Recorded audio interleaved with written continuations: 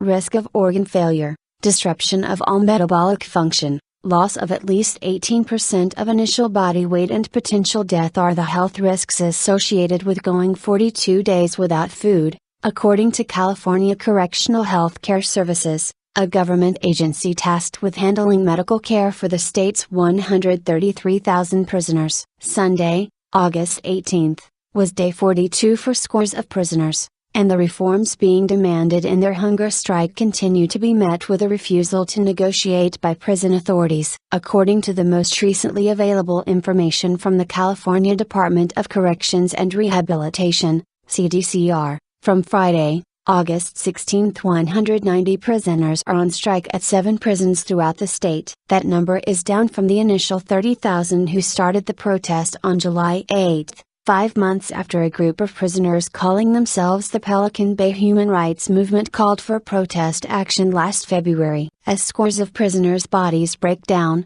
potential for meaningful negotiation plays out outside the SHU cells in a war of ideas. Prisoner advocates want the CDCR to negotiate and accept significant reforms along the lines of strikers' demands, while prison authorities refuse to acknowledge the strike as a legitimate form of protest. The department, CDCR, is very concerned about these inmates and their health and well-being, CDCR spokesperson Terry Thornton told Al Jazeera. There are numerous ways for inmates to have their concerns raised or addressed. This is not a productive way for them to do that, Thornton said, referring to lawsuits and a complex web of state and federal oversight of prisons as alternatives. Judicial precedent. One recent case that went through the U.S. Supreme Court took more than 10 years to resolve, and a lawsuit on behalf of California's striking prisoners by the National Center for Constitutional Rights has been moving through court procedures. Meanwhile, prisoners continue to live in conditions they call torture. The hunger strike is the only tactic available to prisoners,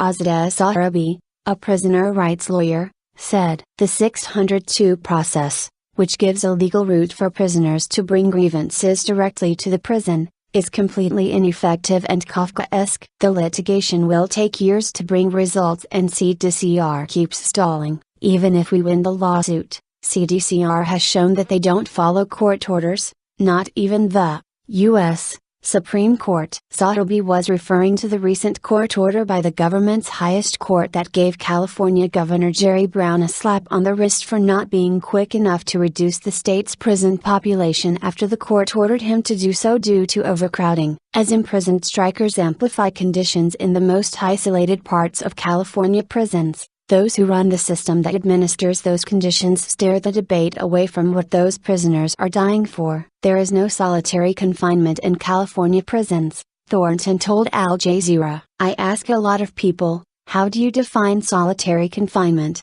And I get a different answer from everybody. There is no consensus on what solitary confinement is. Prisoner advocates disagree and say Thornton and the CDCR are reaching for ways to delegitimize legitimate demands that are part of a legitimate struggle. Of course, CDCR won't admit that solitary confinement exists because the practice has been widely condemned as torture and they are currently being sued for it, Sahrabi said, citing the UN Rapporteur on Torture's definition, the physical and social isolation of who are confined to cells for 24 hours a day. Solitary confinement. Indeed, prisoners housed in isolation cells, called security housing units, or SHU, are kept there for more than 22 hours each day, and their time outside their cells consists of solitary workout time in a cement room and behind glass visits with lawyers or family members. Visitation can be quite a commitment, as Pelican Bay Prison, where the strike started, is in the northernmost part of California,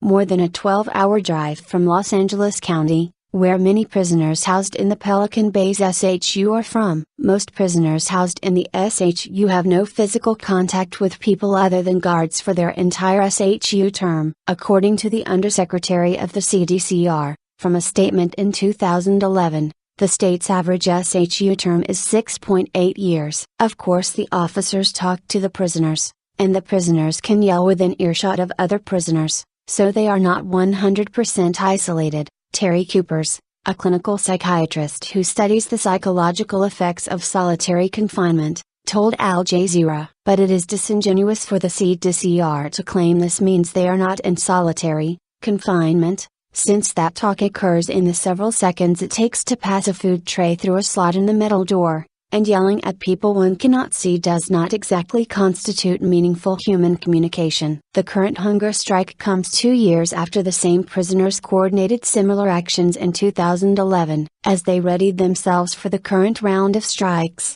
prisoner organizers said that while the prison system did engage some reforms as a result of their earlier action, the reforms have not been meaningful. Our decision to strike does not come lightly, they wrote, in a letter published on June 20 of this year. For the past 2 years we've patiently kept an open dialogue with state officials, attempting to hold them to their promise to implement meaningful reforms, responsive to our demands. For the past 7 months we have repeatedly pointed out CDCR's failure to honor their word, and what they need to do to avoid the resumption of our protest action. Thornton, the CDCR's spokesperson, responded to this prompt by describing the ambiguity of the demand for meaningful reforms. How do you define meaningful? Thornton's question is an assertion that regarding the hunger strike, it is the prison authorities that wield power over the reform process. The reforms instituted after the 2011 strikes are meaningful enough to the CDCR,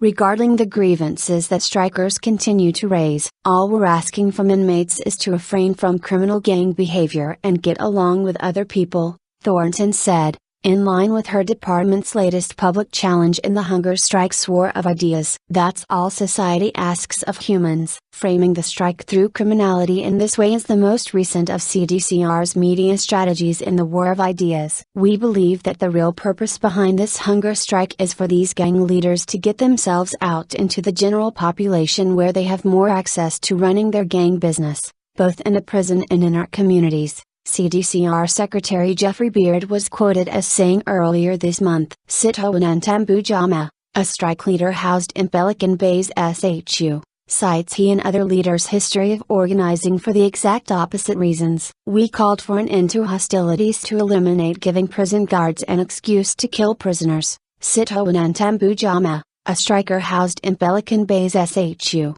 said, referring to a document he and other leaders published in the summer of 2012. We realize nothing productive can be done to change the current state of our situation, our prison environment, unless we end the hostilities between prisoners and end all racial and gang violence within the CDCR. Members of the mediation team that advocates for the striking prisoners told Al Jazeera that in a closed-door meeting on March 15 of this year, the CDCR admitted that violence in the prisons has decreased since the agreement to end hostilities was issued. A setup. Beard's statements also coincided with the unsealing of a legal document that names one of the hunger strike leaders, Arturo Castellanos, as an unindicted co-conspirator in a variety of illegal violent acts and narcotics sales with the Mexican Mafia gang. The document says that Castellanos gave orders to gang members outside the prison through coded phone conversations and personal visits, all coordinated from his isolated SHU cell that is built to keep people outside the SHU safe from the wrath of those inside. Castellanos calls the indictment and the timing of its release a setup. Behind that 2006 indictment, this prison in August of 2008 severely restricted all my incoming and outgoing correspondence, Castellanos wrote in a letter from his 38th day without food. Just 1 week after my restrictions was officially lifted, on May 23, 2013, I began to receive letters from total strangers who claim they were from my childhood area and they were clearly asking me for permission to conduct illegal activities. This is about human rights, not gangs. Azadeh Zahrabi, prisoner rights lawyer. Cupers says the newly public charges have ulterior motives. First, that is ridiculous and disingenuous on the face of it. 30,000 prisoners have participated in the hunger strike, the majority having nothing to do with gangs, but secondly this obvious and desperate attempt to villainize the hunger strikers ignores the very reasonable and just demands of the striking prisoners. Thornton, on the other hand, maintains that the indictment is part of the regular rule of law, That's the result of a 3-year-long investigation. That means that inmate was engaging in organized criminal gang behavior during the last 3 hunger strikes. While some of these inmates are alleging all of this abuse, they're still engaging in criminal gang behavior. But striker advocates say that what is labeled gang behavior by the CDCR is a political tool, rather an attempt by these prisoners, who, again, have publicly called for an end to hostilities and gang violence. This is about human rights, not gangs, Sowerby told Al Jazeera. I got a letter from a hunger striker that said if I get the gang investigation unit, here's you fart, they will try to decode it for gang messages.